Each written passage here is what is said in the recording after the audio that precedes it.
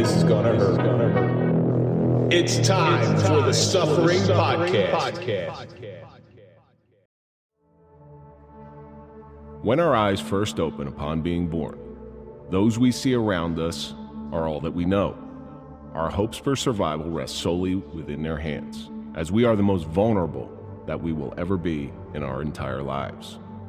Their grace allows us to move further in this world. As we grow, with each year, those around us become less about survival and more about support, teaching us the values that will make us good human beings, guiding our actions in both good times and bad.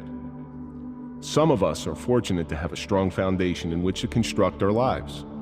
Others have nothing but sandy, unstable ground to build upon. Whether your family is blood or not, they leave an indelible mark on how your life unfolds. I'm Kevin Donaldson here with Mike Failace, and on this episode of the Suffering Podcast, we welcome back our family. That's Mark Hettinger and Ashley Marie Turry. I say all three names, Ashley, to discuss the suffering of family dynamics. They have probably one of the most interesting family dynamics I've ever heard of in my life, and we brought them in tonight. We brought them back. They're both former guests to talk about that. Thank you so much for coming in. Thank you for having us. That's nice to see brother and sister sitting in the same room. We want to give a big shout out to our marquee sponsor. That's Toyota of Hackensack. We don't trust anybody, but we do trust Toyota of Hackensack. So if you're looking for a car, go to toyotahackensack.com. Let them find you a car. And all I got to say is strap up, because we've had so much fun already. Strap on, strap up, whatever you want to do. So you had to go there already. Oh, you egged me on. Listen, you throw a softball up there. You think I'm not going to hit it? So thanks. You know, the cool thing about both of you is you've become very near and dear to us. We talk about you a lot because you're big supporters of ours, and it's an unlikely friendship. I remember the first time Ashley was coming in, and you vetted us. Yeah. You better believe it. Big time. We've had a couple conversations about that. We're like, well, who are these guys? You know, like, we're going to bring you down into a basement, kick the shit out of you or something. Right, it was down in the bay. We had in the dungeon back then. and we, you know, the cool thing about Ashley's episode is the same questions that we had about you, a lot of people have had. But they've been too afraid to ask you because they don't want to offend you. They're trying to be kind. But that's why we wanted to get it out. And you were so open. I can't thank you enough for that. I mean, that was great. Open and honest. That was a great episode. That was a lot of fun. And then, Mark, you came in, and like as soon as we recorded Ashley told me about you. I'm like, yeah, we got to do it. We need him too. But we brought you both in here for a very, very good reason. But before we get into that, our social media question. And it comes, I love this little name. The guy was, or girl, or whoever it was, Crack-a-lackin'. It just makes me laugh. Since you both are in the life-saving fields, I pulled this one, and it says, what is the most impressive Good Samaritan act you've ever witnessed? I like to go clockwise. No offense to anybody. Mark, lead this one off. So this is going to be a segue for a future guest of yours, but I had responded to an emergency call, and it was a very severe call. A person was run over by a vehicle, and out of nowhere, this Good Samaritan comes running up behind me and says, let me help. And he's pushing me out of the way. And I look at him. He's wearing scrubs. And I'm like, can I help you? What are you doing here? He's like, oh, I'm a doctor. So I've learned the hard way. Well, what kind of doctor? Because usually they end up being a dentist, chiropractor. And he looks at him and he goes, no, I'm a trauma surgeon. And I was like, okay, all yours. And this guy dug right in and made a huge difference. Ashley, what do you think? It's hard to pick one. We see so many. Like you said, we're in the medical field, so we see it all the time. Honestly, it's the everyday stuff that really gets me. The people that will stop for the old lady that fell on the sidewalk, or the guy that fell in his driveway, and the neighbors are always out there. People are always willing to help. Mike? You know, one that comes to mind is we had a pretty bad car accident. It was like a rear-end car accident. The guy's head snapped, and he was just hanging over the steering wheel, you know. Before we got there, a guy jumped in the back seat and stabilized his neck. He had blood all over his hands and everything else. And I thought for a civilian to do that, to have the wherewithal to jump into a car like that and not worrying about people's blood or anything like that and just stabilize the guy's neck until everybody got there. I thought that was huge. Most people run the other way. Yeah, exactly. Or they get out their cell phone camera and they start videotaping the whole thing. So does anybody here know the origins of the Good Samaritan? Okay, so it's a biblical thing. So the road to Jerusalem ran right through Samaria, and Jews and Samaritans were mortal enemies. They hated each other. As a matter of fact, when they took the pilgrimage, they would go around Samaria. Were you there that day? Yes. I know you're old. They used to go around. He laid the stones around Samaria, because if they went through Samaria, there was a probability that they were going to be killed. So Jesus goes through Samaria, and he's thirsty, and he goes to the well, and he sees a Samaritan woman, and he asks for a drink, and it was unheard of for not only a man to talk to a woman, an unwed man to talk to an unwed woman, and this woman wasn't seen as a good person. She had 5 husbands, and she was living with a guy who wasn't her husband. And woman drew water from the well, gave it to Jesus, and that's the good Samaritan story. And I thought it's such a beautiful story, because just to put it in context, that's like saying somebody's a good Nazi. Okay, for everybody to think about, it's that person's a good Nazi. It's unheard of in our world. And we have a tendency to judge everybody by the lowest common denominator. We judge everybody by what we see, by what we hear, or how we're treated by somebody who may be just a little bit like them. But we got to be very careful with that, because although you may have had one bad experience with a group of people or a certain type of person, or you may be harboring feelings towards a certain group of people, don't judge everybody the same way. You're going to fail, and you're going to be surprised. But the beautiful thing in that is when you open up your mind and you realize not everybody is the same. There's good Samaritans everywhere. There really is. If somebody was racist and didn't like black people, well, guess what? A black person may be there to save your life one day. Or an Asian person, or a trans person, or a gay person, or you're never coming. So I'm the one with the video camera. Yeah, there's good Samaritans everywhere, and just an act of kindness to go against the grain. To me, that's the best good Samaritan that I can pick out. I don't know if that makes sense to anybody. Maybe it's just me rambling. Crack-a-lackin', thank you so Thank you so much for sending that one in. Keep sending in your questions. We will try to get them on the air. I thought it was crack-a-lickin'. I was going to say that's Nick. Oh, jeez. So, Ashley, you were on quite some time ago. I'm going to say a year and a half, probably. Yeah, easy. Mark, you're about a year. Yeah, you're episode 84-ish. 84. So this is going to be episode 137. You're coming in. I want to give everybody a little recap on your episodes. Ashley, since you were the first to come in, the first one to brave into the studio when we were only on audio. See, now he's not going counterclockwise. No, I have to. I try to equal out. Yeah. I try to equal out. He did vet you though. I know he did. We talked. Him and I talk more than you think. We do. We call each other up. He's the one who introduced me to his trauma surgeon friend. And I actually have a phone call with him this week. He's an interesting dude. But I want to give everybody a little recap on your story, your episode. Well, I am a trans woman. I struggled with my gender identity, anxiety, depression, all through my childhood and young adult years. Eventually led me to full-blown addiction. And eventually I was able to overcome all that and finally embrace who I really am. And I'm here today fighting and trying to help the next person in line. And I got to tell you, for being a trans woman, you bring some beautiful people into this studio. No kidding. What the hell? Jeez. You sell a pretty good product over there. But I mean, just getting back to that, is it easier being a trans woman these days than it used to be? Because, I mean, now it's more accepted. It's definitely easier in the whole, but it's actually harder dating. Easier in the whole. It's harder dating. Explain that one. Being trans, we tend to date a lot of other trans women.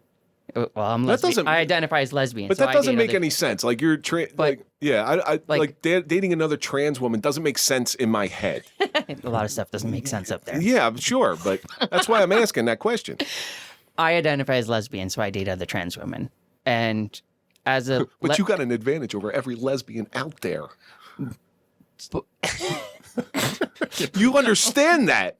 It's an unlevel playing field. It's not, though, because there's so many counterproductive parts to it. Like, no, parts are exactly what I'm talking about. I knew where he was going. I know where he's going. I'm trying not to go there. Music. Oh, put that up there. So explain to me why it's more difficult. Well, again, because like the lesbians date the lesbians, the bi girls date the bi girls. You'd think as a lesbian you'd have options for both, or bi you'd have options for both, but you really don't. It's very exclusive. And then, I said, trans women tend to date a lot of other trans men and women, and that just your dating pool is drastically decreased. Yeah, but those people who do date trans women, whether it's a man or a woman, I would think that they would be more vested and more willing to give it their all. Rather than a regular, say, heterosexual couple, they sort of dip their toe in the water to see if they like it. Where it's a little bit more of a commitment. Would you agree with that? Yeah, well, I'm sure you've heard U-Haul lesbian. We're ready to move in after the first date. And you have to sit here and listen to your sister talk like this. Do you want me to go get the bar of soap from the bathroom so you can wash your mouth out? No, that's let it out. You live with one of the most intriguing. Yeah, he says some of the shit that comes out of your partner's mouth is just like, wow. Well, that's because you just turned them on and never turned them off. That's your fault. Yeah, well, but I love Nick. I love Nick to death. Same way I love both of you. Mark, what do you think? Just give everybody a little recap on your episode. So you guys had reached out. We came in, my partner Nick and I, we talked about what it was like being a LGBTQ gay first responder coming out right after high school, getting involved in emergency services, dealing with all the hate and the comments and which is not the traditional. That's not the traditional avenue you go to in the LGBTQ. Yeah, it's a male dominated field, right? And it's a highly type A heterosexual masculine just like the police department. Yeah, that's how I'm judging all first responders generally. Yeah, it was very tough. And again, my first fire company wasn't too cool with it. I ended up moving and found a new company, new family, and was great. Evolved myself, brought myself up, and then eventually found myself a house in another town. Ended up moving again and met that fire department, and they brought me in with open arms. And they're a huge, great family. A bunch of them are your followers. Well, so as being a fireman and being gay, there's an enormous amount of things that they can say that are inappropriate. Oh, yeah. Enormous. And I'm sure you heard them all. Sliding down a pole. You're flaming more than the house. I'm sure. That's a good one. Yeah, I like that one. See, that's what those cops say about us behind our back when they're sitting in a cop car while we're in Actually, the house. we defended you last week on an episode because somebody said all firemen are gay. And I said, well, I happen to know a gay fireman. Yeah. I'm not lying to you. Mike can vouch for this one. So I want everybody to understand that the reason that Mike and I can speak very candidly and openly with Mark and Ashley is because once you come in here, you're a family. We hold that maxim very, very, very, very dear to our hearts. And this is not a conversation that could be had over a first meeting. It wouldn't work. No, we've grown to know you guys and appreciate everything you guys do, your support. Well, the thing is, me and Kevin, we don't judge. I think that's the main thing about it. We don't judge. We'll let you come in here and say whatever you want. Oh, we know. I always say, I treat people the way they treat me. I don't care what you are. I don't care what your sexual orientation, what your race, anything like that. That was your upbringing. What's your heritage? Yeah, exactly. I'm Italian. Right. I was never born in a racist, type of atmosphere. Right. I always said I didn't meet a black guy until I went to high school. See, contrary to that, I was very bigoted, very racist household. It wasn't until I moved away that my eyes sort of got opened that, no, just because somebody's a different color or different sexual orientation doesn't mean they're an asshole. Because I know plenty of people that are traditional, quote unquote traditional, that are giant assholes. Yeah, traditional assholes. But at least you opened up, right? You could have stayed that way. You chose not to. Well, I met the right people. Right. That's what it is. I met the right people to show me the other way. And then they were willing to answer certain questions that I had. It was right after his first gay experience. Oh, man, you just broke Nick's heart. It's got to come in with the gay jokes, don't you? Got to come in with the gay jokes. It's better than submarine jokes. So yeah, I don't know. You were looking for a submarine an hour ago. Yeah, I was. I was actually going to insure that submarine, try to collect a little bit of money. But so did any of those names that you got called, did they stick in you a little bit? When I was younger, they did. And then as I got older and realized it's just hate. Was it something also you became a little bit more secure in yourself? Oh, most certainly. Yeah. Most certainly. As I matured and as I toughened up, those things and those people meant less and less. The funny The comments mean less and less too. Yeah. we've been in situations where somebody might say something derogatory towards, and now with a different perspective, somebody might say something derogatory towards a gay or trans, and now we have a little bit more stake in the game where we would say, no, that's just really not true. You got your cards. We do. We We can whip them out. Mark and don't whip anything wins. out. Oh, look at that. Overkill. Oh well, we got to you're get the Derek best. we got to get Derek to sign that. Yeah, no kidding. Yeah. May go right on my truck. But Mark and Nick were kind enough to give us honorary what is it? It's Straight allies. straight allies of LGBTQ and Plus. plus. But I know it's a plus. joke. Like I do. Those were sincere. It's kind of like a gag gift. Correct. But I take it very seriously. I wear that like you have no idea how many times I've taken that out and I go, somebody thought enough of us to give us this. Right. And whether it's a gag gift or not, I took it very, very seriously. Maybe I shouldn't. But I got it right in my wallet. I carry it with me wherever I go. It was sincere. Your guys' support and caring has uplifted my sister. It's uplifted me and the rest of our community. Nick don't weigh too much, so it's not hard to uplift him. That Don't get him He too needs excited. a cheeseburger is what he If needs. he's listening to this. he needs a sandwich. Not live, so we got about 4 weeks where we can run away. He needs a sandwich. We don't got to run. We just go out to eat. How can you be Italian and let your partner be so skinny? What's the matter with you? Because he's vegetarian. Oh. Key pasta. He loves pasta, pierogies, Pasta, pizza, and French fries. Pasta is a side dish to meat. There's the Says the carnivore in macho him. man. He doesn't have spaghetti and meatballs. He has meatballs and spaghetti. So the only thing that's missing to this equation is you have another brother. Correct. Okay. And Ashley and Mark are brother and sister who your parents had to put up with things that most parents don't have to put up with or from a very early age pray they never have to Right. put up with. So I wanted to bring you in here to speak about this family dynamic because there are other parents that are listening. If you look at the mean age of most of our listeners, we're parent ages. And one day it's going to come, I'm sure most parents hope it doesn't because it's a very difficult lifestyle. Not so much now, but it was always a difficult lifestyle where the son or daughter comes to them and says, I feel like a woman. I feel like a man, or I'm gay. I'm whatever I am. And it's a difficult conversation to have with your kids. How did you both, from a very early age, you both knew? Yeah. I Yeah. have to agree with that. Did your parents both know, or was it until... I think my mother knew. My father, I think, held out at denial as long as he could. the Barbie dolls weren't a dead giveaway? No, man, I was Tonka trucks and lighter fluid. So Well, Maybe see, it was there- the 4 hairy legs sticking out of his bed one day. 4? Yeah. Yours and 2 others, or No. yours and 2 it was sets more? probably the friends sleeping over, but one twin bed. Yeah, right. Like one day at band camp. Yeah. So it's the funny thing. I got a 13-year-old, and he's got a girlfriend, and my wife is She very. sleeps on the couch, right? No, she doesn't sleep. Hell no. Hell no. Kevin saw 4 hairy legs coming out of his bed too.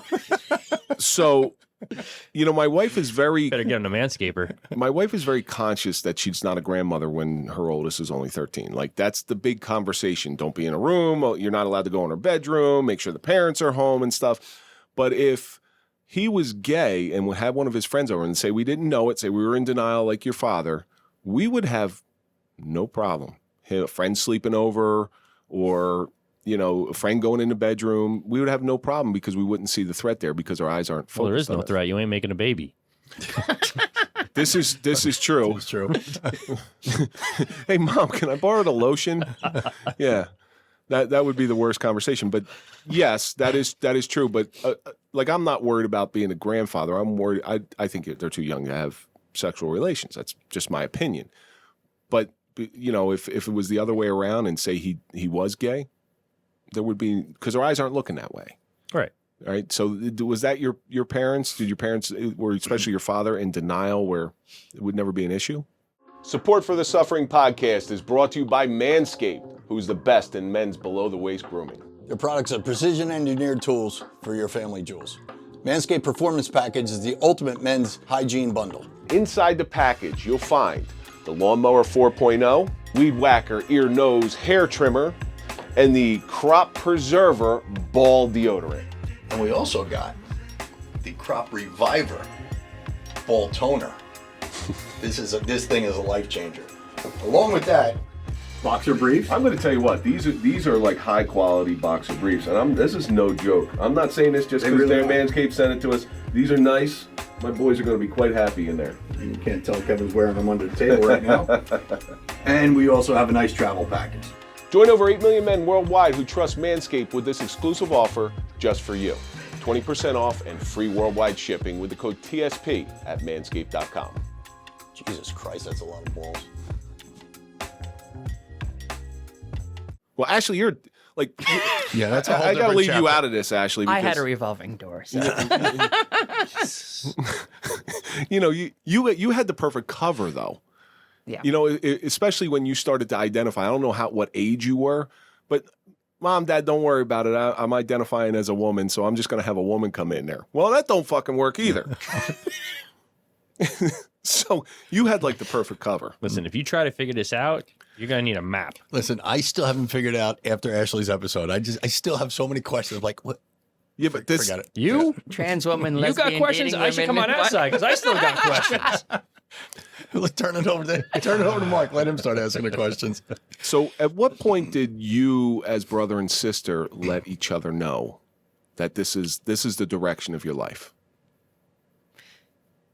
I don't know when she knew about me, but mine was when I had to commit her to Bergen Regional. That's when you knew, and that was you weren't young. You were 2016, so I was about 28. You were 28 years old, when I and finally you came had out. hid that all your life. Yep. No wonder you got you were addicted to unhealthy behaviors. Yep. That's got to be a difficult secret to hide. Did you almost let it out, or did you want to let it out? I was out to any of my partners that I was dating, but I wasn't out publicly. Okay, were you growing your hair longer? Were you? Not until then. Yeah, until 2016, I presented masculine. Did My you whole date life. women back in the day? Yep. So did you dress up when you went out? On wigs- occasion, wigs but and mostly stuff? just at home with my partners, and that was it. And then once that happened, after I got clean, I started my transition. Then I started to present feminine, and I grew my hair out and changed my wardrobe. So what was that like when you committed her Uh, and you found this out? worst day of our family life, for sure. Because of her committal, or because of the fact that she's identifying as a woman? Well, I still didn't know. So what happened was she had hit rock bottom. And I guess, you know, as family, we're blind to our family, right? The worst thing we could ever do is try to treat one of our own family members. You know, as an officer, as a fireman, as an EMT, it's the worst thing. You can't focus, you can't think. You know, it just doesn't work. She had hit rock bottom. I all the signs and symptoms I had been ignoring, hoping that they'd go away, hoping that he would find his way or whatever it was. She was right. Well, it was he at the time. There's a delineated point where you became he- she. Correct. Unknown she. And it was pretty much either go to jail or go to Bergen Regional. You know, my parents didn't want him in the house, and I don't know if it was alcohol, drugs, emotions, you know, All the three. above. all the above.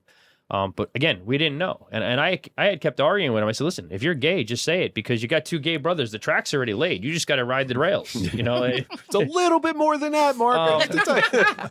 but didn't say. You know, and I understand because I hit it when I was younger. You know, you never know, and I don't remember 7-10 days in Bergen Regional. Really had no idea what was going on, and when we picked her up at Bergen Regional, it was my sister. I was gonna Went say, in, you go went in as my he- brother, came in and now out as he's- my sister. Wow. And our lovely healthcare system, because of HIPAA, let's not talk to the family and friends. Just come pick up your Wow. family member. That's okay. They thought I was delusional. If you look at my paperwork from the hospital, it says, "Oh, he was delusional about being a woman." Even though I said that, "Hey, I'm an addict. I've been using drugs because I'm hiding that I am truly trans." They chalked it all up to So drugs. unfortunately, Bergen Regional wasn't equipped to handle the situation. Since then, because of Ashley's case and because of us speaking up about it, they now have an entire department committed to LGBTQ health. Which is now Newbridge Medical. That's amazing. Like I want you to really take it easy on your parents for the rest of your life. Because what you put your parents through, and I try to put myself in your parents' shoes. What you put your parents through, my son has a drug problem, needs help, goes into the hospital. Now my daughter is clean. And I know it sounds humorous, but think about the stresses of that your parents are just trying to give you the best life you can have. And did that ever come into your mind? Like, when I come out, is this going to be too big of a shock for them? Or are they going to accept me like this? It's always a concern, and that's why it took me 28 years to finally come out, because even though I know they love me, I know they care about me, like, being gay has become more accepted, as you said before, but trans is still paving our way, and there's always that fear. Like, there's still people that judge me on a regular basis. For the most part, my coworkers, my family, they've all accepted me very well, but you still run into a few people here and there. Now, do you hold it against those people who judge you like that? No, I just laugh at them. They get really mad when you smile at them. Chalk it up to ignorance, maybe? Yeah. Well, some of it's ignorance, some of it they're just assholes. Yeah. Because if I were to meet you 30 years ago, I probably would have judged you much more harshly than I do now. That's the truth. The old Kevin. That's absolutely the truth. Like, thought they were a freak of some I'm not sort. going to say that I've been woke my whole life. I'm not a woke person. I'm an accepting person. All right. But we all have that in us to judge. We judge people every single day. That's why I Got to hear about what we say about you when you leave. Yeah, but if you were to be able to give them an experience like both of you have given Mike and I, where it's a kind experience, it's an educating experience, Eye-opening. you may be able to change people's perspective. Yeah, that's why we're here. Where they can accept you. They may not affirm, they may not agree with your lifestyle, and that's fine. That's cool. That everybody's allowed for that. But you're not looking for affirmation. You're looking for acceptance. Right. We're not pushing our agenda on you. Right. We're just educating you to it. You mean you don't do like the gay conversion? I mean, Nick would love to, but The Jedi mind trick, but you are now gay. But there are some people that still think it's contagious. Yeah, I was at I'm work sure, in an EMS uniform driving an ambulance. I walked into Dunkin' Donuts and there was this woman with her cute daughter in the place. And I just waved hi and the woman shielded her daughter from me like I was contagious. Literally scooped her up with both arms and dragged her away from me. I told this story, I think it was during your episode, where I'm in Dunkin' Donuts and there was a trans person behind me. And I remember my wife turning to me and go, wow, that's a big woman. And I go, that ain't a woman. Yeah. That's what I said. I go, that ain't a woman. How can you tell? Women don't have Adam's apples, and look at the size of those paws on the end of her arms. I mean, just gigantic. Like, Mark, same question goes to you. How did you breach that subject to your parents? I think they breached it with me. It was just, hey, your guy friends can't stay over anymore. Oh, I was You're like, too okay. much squeaking in the bed when your friends stay over. And Okay, I know you're not so, jumping on all it. I right. can't afford They the can't- lube anymore. That's it. They can't use the door, so all right, I got a window. And they were once they accept. What age were you? God, I don't even know. I was young. I would say high school, so 17, 18-ish. Okay. Who was the first one to come out to your parents? Officially, I would say my middle brother. Yeah. Did he just come in and say, No, he did the Jedi mind trick. He invited my parents up to visit him and his roommate at college, and there was only one bed and one bedroom. So on the way home, my mother called me up and she goes, have you met your brother's roommate? I said, yeah. She goes, where's he sleep? I go, I don't know. on the top couch. of my brother? And it was like, huh.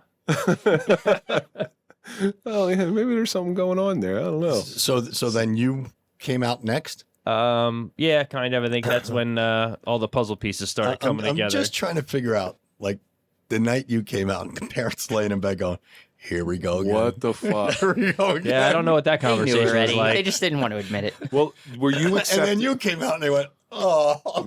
Were you accepting of Mark and your brother's gayness? I don't know what the word is. Like, I'm sorry, I'm ignorant on Yeah, that. we've always been a supportive family. Well, do you remember what you said to Mark when you first found out? Probably nothing. I was like, whatever. Okay. Yeah. No, I think you said next time close this bathroom door. Oh, there you go. That works too. I don't need to see that shit. But that's so your parents. That would be an interesting time to be a fly on the wall. Your parents, like Mike said, sitting in bed, going. Your brother comes out. Like, what the hell did we do? Did they start looking at themselves, saying, "What did we do anything wrong? Did we raise them differently?" We never really had a conversation like that. It was just kind of accepted. Yeah. That might be a question to ask them, because they didn't do anything wrong. No, not at all. But it's normal for a parent to take the blame whenever their child does something that that doesn't align with their values. So what do you think they would say? I'm not sure. I mean, my mother works as a crossing guard, and she's been a good Samaritan and talked to other individuals of the LGBT community when she sees them struggling and in town and in the area. So she's become somewhat of an ambassador. An ally, yeah. Yeah. That's what Mike and I, that's how I consider Mike and I, we're ambassadors. We're not gay, but we support our friends. It doesn't matter your friends. Like, the friends come before your sexual orientation. Well, you're helping spread the education and the knowledge. You're asking the questions that everybody else is afraid to ask. You guys are spreading the knowledge. We're just the idiots that are standing there asking stupid questions and see if you'll answer them. I'll answer anything you want there, buddy. Now Be careful what you ask. you have this whole family now that goes against the grain. I don't think that's wrong to say. Those people who are around you, did they ask you that question? Like, was there something in the paint? We That's what I blame- was going to say. How was Uneducated people. Like, how was your family viewed we in the always community? we always just blame the tap water. You got lead pipes. Don't worry about it. I mean, I lost a couple friends in the beginning and then gained more in the long run. And I'm grateful for all my friends. They're all supportive. So we talked about it a little bit off air that when you came in, we had this guy who was he was so gung ho about this show. Oh, you guys are doing great work. You guys are doing great things. And then your episode aired. How dare you have gay people on there? They're indoctrinating our kids. Like, all the buzzwords came out. And my opinion was, I don't really want you to listen. And he wasn't even from here. No, he's in the Philippines. He was an American in Philippines. Yeah.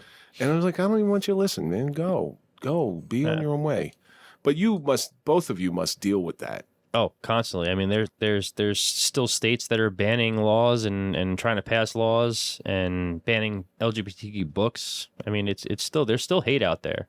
But we spoke about that on both of your episodes, the indoctrination and what age is too young.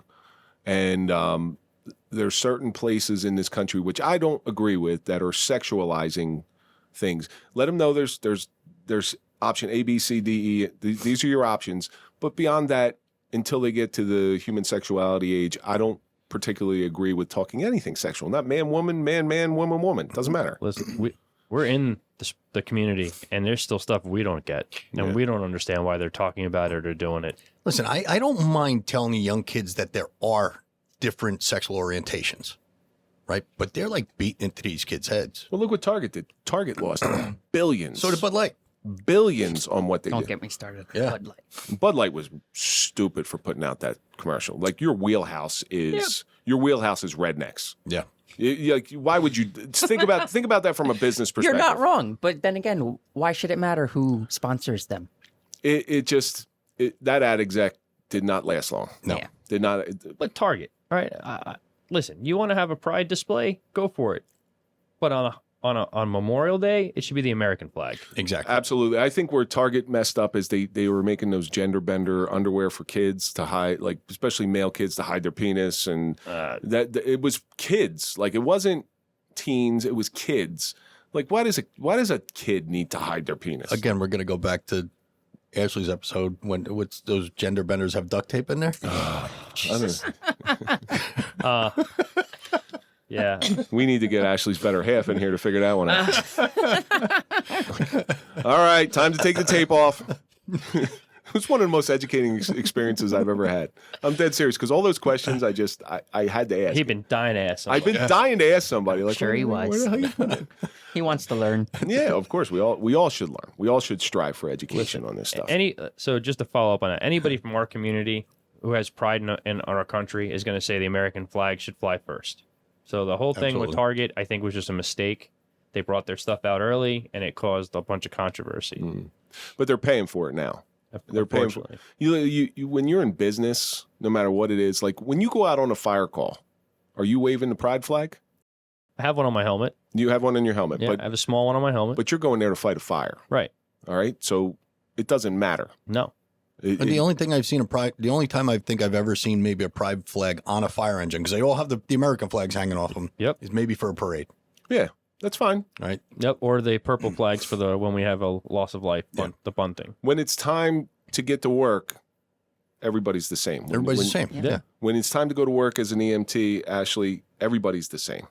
You know, Absolutely. You don't run up to a house and say, "Oh, I'm here. I'm a trans EMT." You know, or you don't go up and say, "I'm here. I'm a gay fireman." Nor do we go up. You go up. I'm an EMT. I'm here to help you. I'm a heterosexual cop. Yeah. I'm here to save you. You know, it doesn't work that way. It's just I'm here to. We'll have to put the symbols on the back of the cop cars. Yeah. When's it time for a straight flag? There is one. There's a straight flag. Oh yeah. What's that? It's black, white, and gray stripes. God, that's so stupid. Yeah. So stupid. Yeah. It's dividing us and distracting Exactly. everybody from the fact that we're all just human beings. That's right. Well, like I said, especially in the first responder field, who the fuck cares what your orientation is? Aren't we all out there to help people? We're there for somebody's worst day. Exactly, and you don't have to identify yourself to get there. And we don't.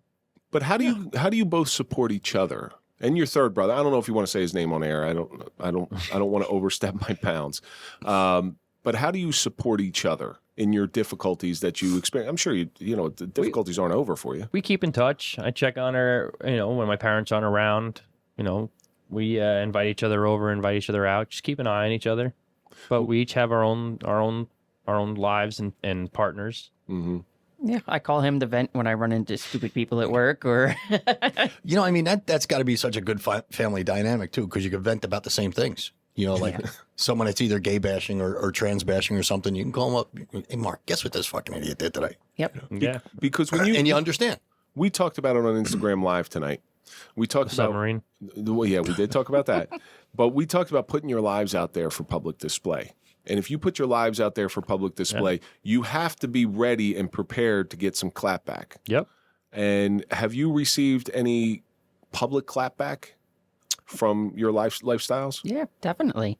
But just ignore them most of the time. Like, I post stuff, and of course, all the friends, family, they're all like, "Oh, that's great, wonderful." So, not all of it's great. I'm here to tell you, not all of it's great. Yeah, well, but then you get those idiots that make rude comments, and you just keep scrolling by. You're like, whatever, this guy's just an idiot. But why not just keep your comments to yourself? Because I'm talking to Mark one day. I'm like, you got to tell Ashley, stop. Because I'm rolling through Instagram you punished me because you made me go look. Your plan worked. You got to look. That was Snapchat. And then I called. You want to follow my Snapchat? Be prepared. Made you look. I'm not friends with her on Snapchat. No, I'm not friends with you. It's Instagram it was on. The one on Instagram, like I don't remember. I don't want to think about I don't know. My Instagram's more PG. Yeah, I'm not on. I don't do the Snapchat thing. But aren't you ever afraid that one day it's going to hurt your professional lives?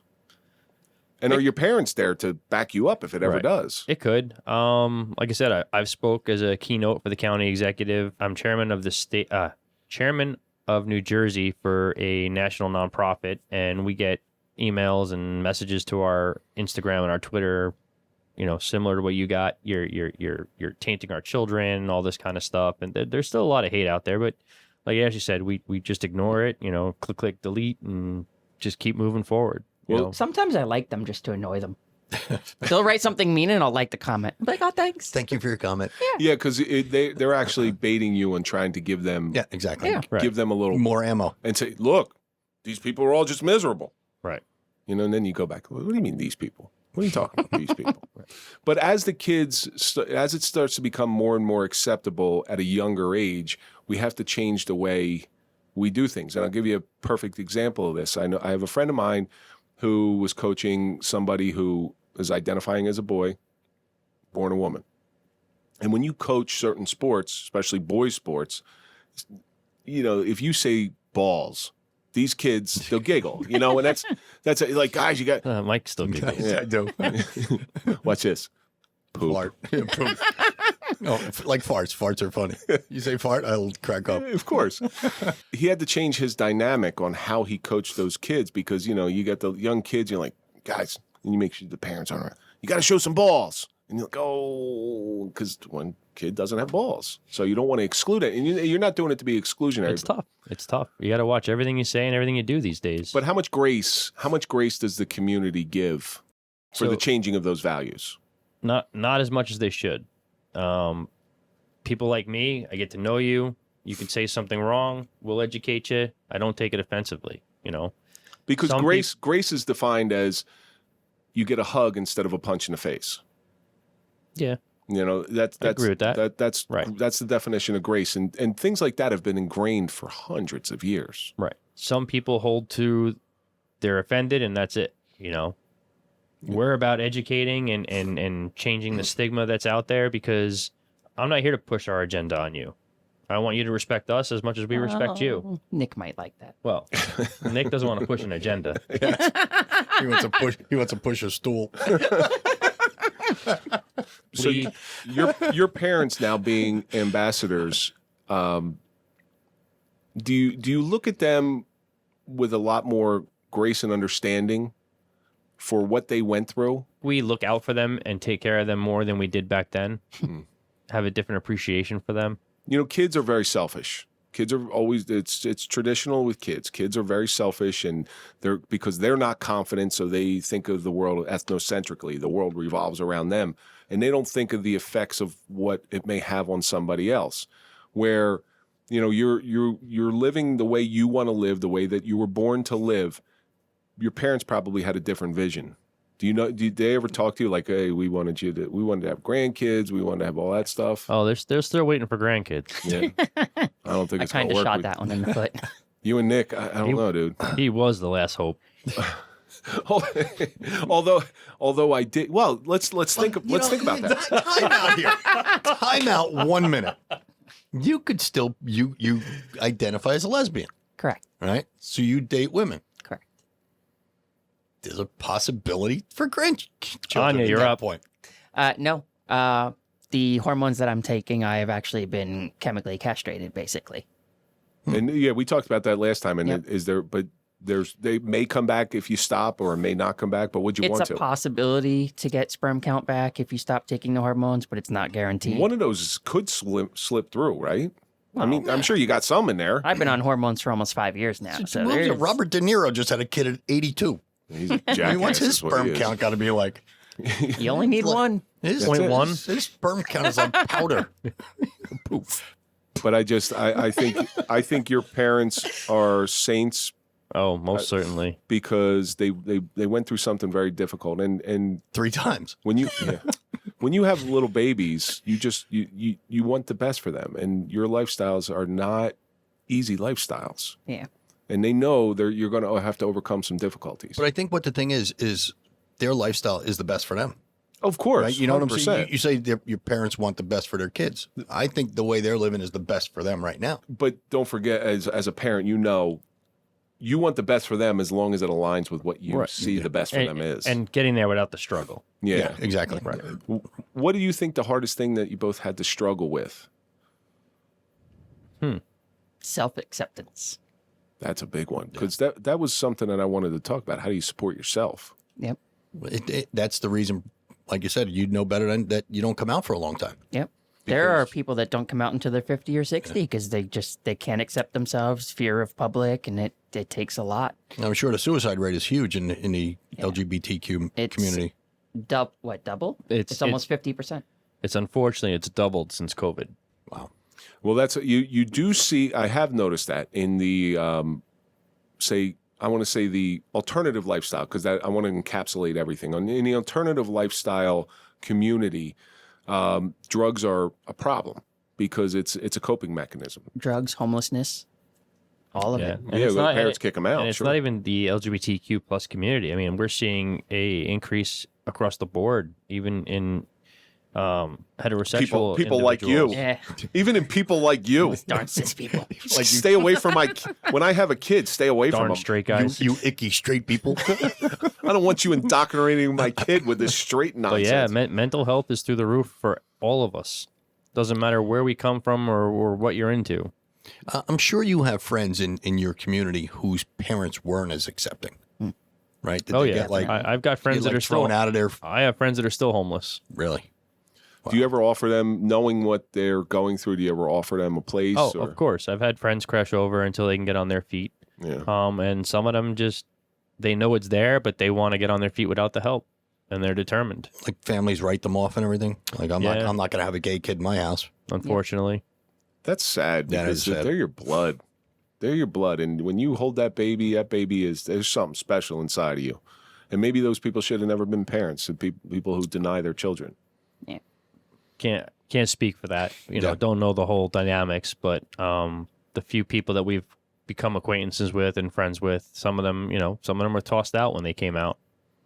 Because they came out or because of other things? And there's a reason I asked that. I'm not too sure if there was more to it, but I have one or two friends that I can think of right off the cuff that came out. The one's father, unfortunately, is a law enforcement officer, and his dad said, "I don't want you living in the house." Macho type A personality, not my son. You both have this this dual bond between you two. Do you think that is there any friction? No, when we were younger, we They used to argue love, about who's we used to gayer? love to fight. But no, now I feel like my main goal is to look out for her. I mean, do you ever call each other derogatory names that you only hear from other people? Oh yeah, I wanted to kill her when she got here. Today? Yeah, and then when you showed me her Instagram, I wanted to shoot her. Well, But normally, no. I wanted to burn my eyes out, actually. You'd rather look at Nick, huh? Of course. I could just imagine him getting into an argument and Ashley saying to Nick, or to Mark, "Shut up, you gay bastard." Well, wait a minute. You're kind of gay too, so stop. Now, if you saw parents going through something similar to your parents, and you being the children of them, you have a unique perspective. How do you think you could coach both the kids and the parents through a very, very difficult question? I want you both to answer this one separately because this is valuable information. That's a tough one, Kev, because every dynamic is so different.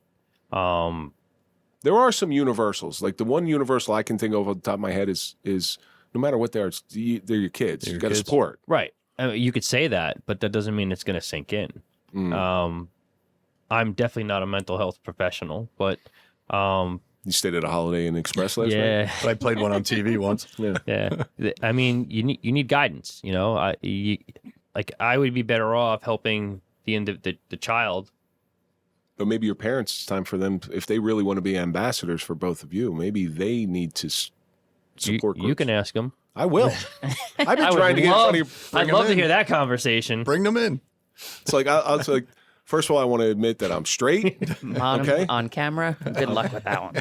No, I actually would really love to talk to your parents and get their perspective. We could try. I don't know how far you're going to get. We could blur out their faces. And deepen their voices. Voiceover. Yeah, do like a what is the samurai movies? Pixelate the The screen. kung fu movies. I don't So think, what would you I don't tell think the- Andrew's ready. What would you tell the kids? You'd have to talk to them, find out what they're struggling with, what their questions are, and try to just guide them as best you can. And then there's organizations like PFLAG, which are parents of LGBTQ families, where the parents could get advice from other parents that have gone through it. Because There's lots of organizations out there. because it's kind of like being a parent for the first time. Like I had no idea what the hell I was doing. I had no idea what I was doing. I learned, Right. but I had resources. So Right. There's resources out there. People have to just reach out for them. well, do you know any of them off the top of your head? So PFLAG is for parents. Okay. There- Flag? PFLAG. What is that an acronym for? Don't look at I me. don't know, but parents of First, I swear to God, at first I thought you said PFAG. So did I. What the So did I. I was hell? going to say that P-Flag. Parents, it's for parents. It's an organization for parents. They have meetings, and it's like a social group. There's GLSEN, which is it's K through 12, student advocacy, professional development for teachers and schools. There's New Jersey Buddies for people dealing with addiction, HIV. I mean, there's a whole bunch. And they partner with Pathways for a transgender group. Well, that's a good question. Do you ever worry about that? Because when we were growing up, like HIV was a gay disease. It was gay disease. You know, if you were straight, you were immune to it. But if you were gay, Buddies does a large focus on HIV prevention, and they actually got me free PrEP medication for 2 years through their program. is that the stuff that blocks it? yes, Yeah. prevents it. Preventative. I saw a commercial for that. Yeah. And they got to make those commercials better because they still make it out to be a gay thing. Yeah, exactly. They put two gay people on And the like not commercial. just like two men, like two like really effeminate men. It's not a good look for them. If they were to put two straight people, and it's for everybody. Well, is what I'm yeah, trying it to is. say. So I actually started it. My doctor put me on it after I got my second or third needle stick on an ambulance. Okay. My Well, doc- there you go. So it's not even for sexually transmitted disease. It's Exactly. for needle sticks too. well, Blood it's transmission. for right. I mean, it's for HIV prevention. Yeah. So I think it was South River Street in Hackensack. Picked, medics working on a homeless guy, and I went to do something, and I got pricked for the third time. My doctor was like, "Listen, this is happening too often." She goes, "I want you to, and she put me on PrEP then. And that's when I was like, "Well, is this good because I'm gay too?" And she's like, "Then that's when I came out to the doctor." Oh, before that you didn't. She didn't need to know. I was like, I'm getting a 2-for-1 here. See, when he said he got pricked, he didn't tell a doctor what he really meant. But I originally started it as a precaution for work. Yeah, well, so that is information that needs to get out there. Instead of making it a sexual thing, it is a protective thing. It's like nothing different than putting on your PPE or your Right. personal protective equipment. So why isn't that spoken of? Why do they got to bring it I there? think it's just marketing. I mean, you all know that the pharmaceutical companies market all up, and they're going for the larger demographic, which is the LGBTQ community. I don't know. It's also only focused towards biological males. Really? Yeah. I didn't know that myself. Yep. Well, I'm thinking about the commercial in my head. I'm replaying it in my mind, and I don't It's think there's any. gay men and trans women. Well, is the trans community, is that something that's fearful in the trans community? Yep, definitely. Yeah. I think it's fearful in every community. Well, it's fearful in, Like I said, in a it's fearful- heterosexual it's community fearful too. in first responders too. Like I've you been said, married I mean, I've been married for 20 years. I got no fear of that. yeah, but back in the All day, right, well, if when you were single working, and you're floating around, who knows? no,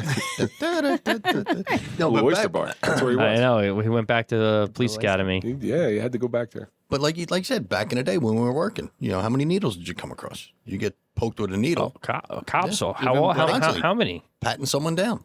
Blood exposure. Yeah, exactly. Yeah, like you said, the exposed to gentleman blood. who climbed on a car and took head stabilization. Yeah. Yeah, that's not something you'd think about as it's bloodborne pathogen. Right. So, I mean, that's not something you would think about as being a danger. Like, I think I would hope to think that I would probably do the same thing regardless of whatever happens. It's kind of like, so when you went through CPR, Right. I didn't put my mouth on anybody. I'm just not doing it, but has there ever come a time where you put your mouth on somebody?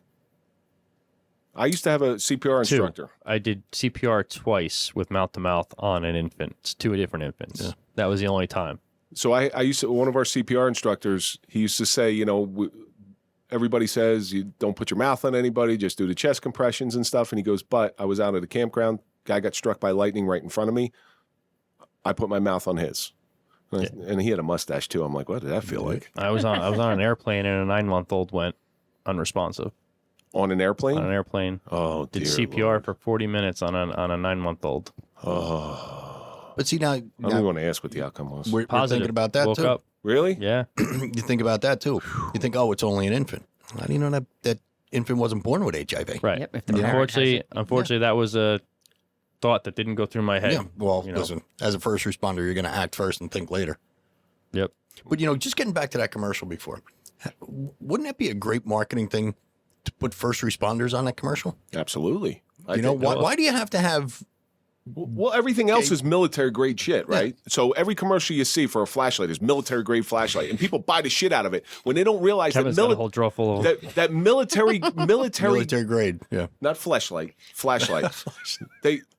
He's got a couple of those in his pocket. He just dropped his bowling ball. So military grade, people don't realize that military means the lowest bidder. So it's the shittiest stuff. It's not the best stuff, but they put military grade out there. So if they put military grade anti-HIV, people will buy the shit out of it. So why market it that way? Why make it cost $120 a pill? Is that what it costs?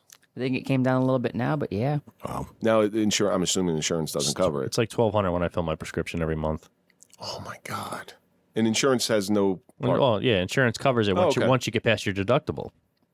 Oh, yeah. Everyone's insurance plan's got different deductibles. Different. My insurance. I worked for a hospital. My insurance wouldn't cover it, which is why I had to go to Buddies and get it through them. Black market. I have to commend your whole family, both you, your brother, and your sister, for sticking with each other through some difficult times. And I know, listen, you're no different than any brother and sister. I'm sure you have your disagreements. Oh, yeah. But it's cool to say you always got your back. Mm-hmm. And that was one of the most endearing things of why I wanted you on when I found out how heavily you vetted us for your sister. It was. I called him. I was like, these two guys wanted me. They're macho men. I don't know what to expect. So there's a good point. You judged. Mm-hmm. You judged. And then you had the courage to come in, which is very commendable. You had the courage to come in, and how was your mind changed? Not how our mind was changed. We've spoken very openly about how our mind was changed. How was your mind changed? She came in after both of your backgrounds cleared. Yeah. She paid for us to get vetted. Well, you know our community. Everybody knows that somebody. Well, you have to. I imagine you have to vet the people you're around a little closer. Not so much. I think she took yours on good faith.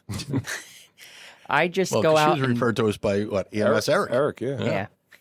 I just go out, put myself out there the way I am, and if you don't like it, that's your problem. We don't have to be friends. But once you were in here, what you guys? I was actually telling my friend on the way here. I was like, you guys made it so comfortable the first day I came in. I was so anxious and nervous, and then I sat down with you. You made it easy. Within 5 minutes, you forget there's a microphone in front of you. Yep. And then I was cracking jokes at you guys by the end of it. Well, that's what we want, because we want to have that open conversation. Mark, I mean, she laid the track. Yeah, I just had to ride the rail. You just had to ride the rail. Yes. Was your mind changed at all when you sat in here? Oh, yeah. I mean, like I said, she called me up. She's like, hey, I'm going to go be on a podcast. And I was like, you're going to do what? And she goes, oh, yeah, they're two cops, or used to be cops, or something like that. And I was like, wait a minute, what? So did a little bit of research, listened to a little bit of your podcast, the first couple episodes, Prairie Fire. Episode 9. And I was like, all right, they seem legit. And, did a little more research, and it was like, okay. And she came. She told me it was, I forget what exactly her words were, but she was like, it was a valuable experience, and waited for the episode to air. And when it aired, listened to it and heard how supportive you guys were. And I saw a change in her after the episode. Whether she believes it or not, I definitely saw a change in her attitude and her demeanor for the better. So anyone that helps her and makes her better is a friend and family to me. And then, you guys reached out and like, oh, they want you on the podcast. So I was like, all right. Me and Nick took the trip down, and you didn't have to do any vetting then. No, you already vetted. Yeah. I should have brought a leash for Nick, but other than that, but all we want is perspective. Yeah, he got your perspective. I felt what it was like to be a woman at a bar. Again, another myth I want to dispel here is every guy you see, do you want him? No. Really? No. God. Depends on the guy. Surprising. Depending on the guy. Depending on the guy. He's got your number, Kev. Kevin always says he never felt so uncomfortable in the studio. I felt what it was like to be a woman at a bar going with a big rack. Funny. All right, enough. All right. But it's turned out to be this very fruitful relationship, because you've introduced me to quite a few people who I've spoken to. The one officer who is gay, which I still have to. Matt, yeah.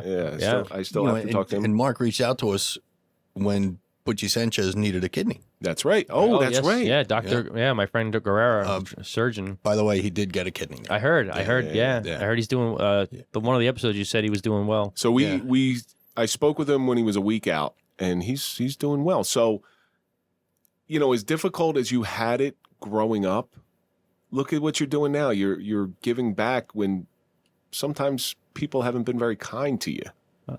Listen, all you can do is pay it forward, and like I said, we were raised by great parents.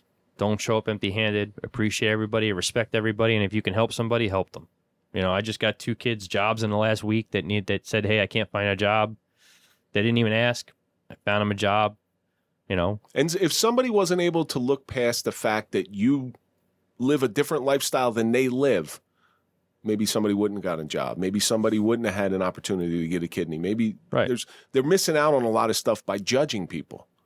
Well, we're all quick to judge. The first thing we do is we judge somebody and we point out their mistakes and the first thing they do wrong. We very rarely in society now commend people for doing something right.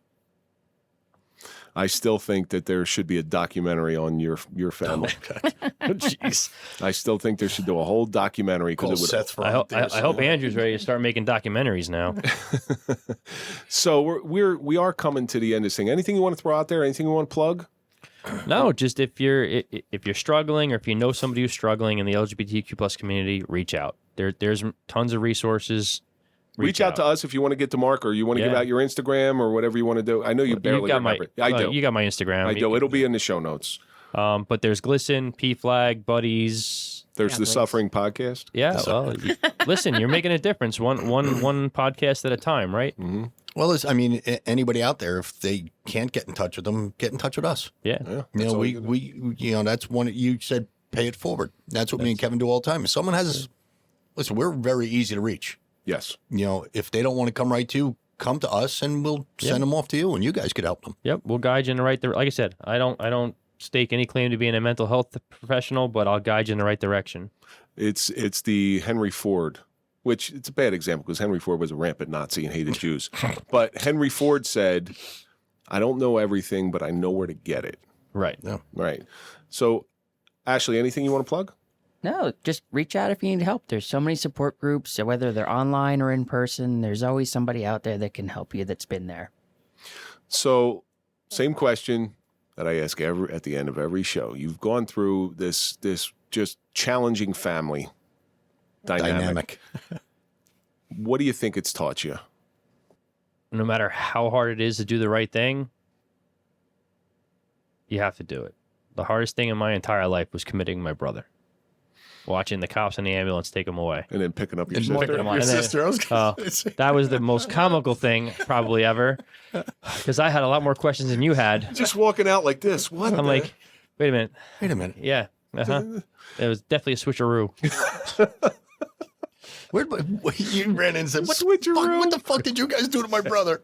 Well, I went in as an unemployed male drug addict and came out an employed female college student. There you go. So that freedom that you had of finally being you released all of that and actually paved the way for success. It put me on a lot better path.